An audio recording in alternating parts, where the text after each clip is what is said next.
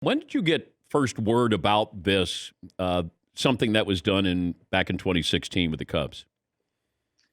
Me personally, Dan, was very recently, Okay. but my colleague Mina Kimes first was given the text back in 2017, December of 2017, and went and met with the woman and talked with her about possibly doing a story on this.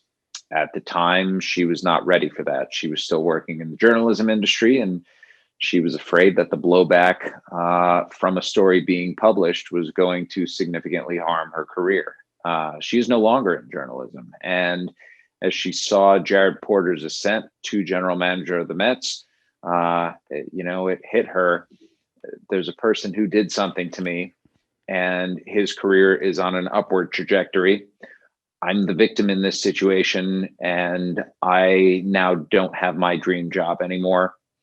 Why is this fair? Why is this okay? Why is When this did the Mets something? know, Jeff? Uh, from all I can gather, Dan, the Mets found out when we told them that we were going to be publishing this story yesterday. That they did not know about this beforehand, that it caught them off guard. Inside of baseball, let's go back to 2016 with the Cubs.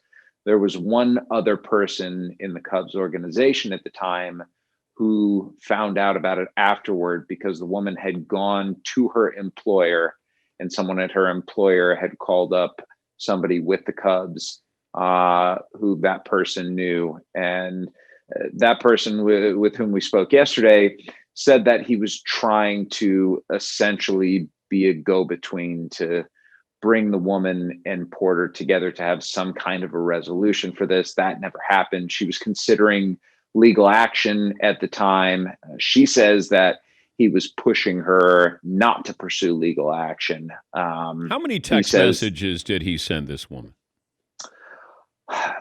in total, it was 150 or so. The majority of those were at the beginning. They had met at Yankee Stadium, and she thought, hey, we're going to talk baseball. He's going to be a source. That's what reporters do, trying to cultivate sources.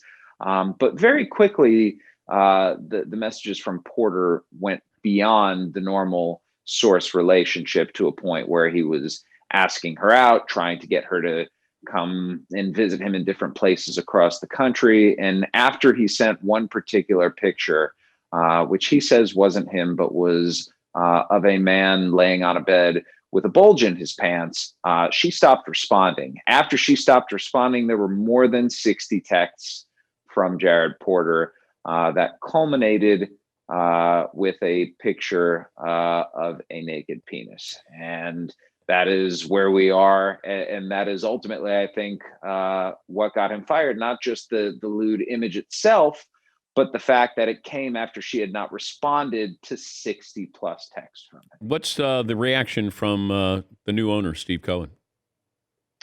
I mean, you saw it this morning. He got fired before 8 a.m. Eastern. And this was a story that was published about 11 o'clock last night. So it didn't even take half a day. And Steve Cohen, if you remember, in his initial press conference, said, we want this to be an organization of integrity. And he referenced that again this morning in the tweet in which he announced the firing publicly. He said, I want to run this organization with integrity. And we could not do that with him in charge.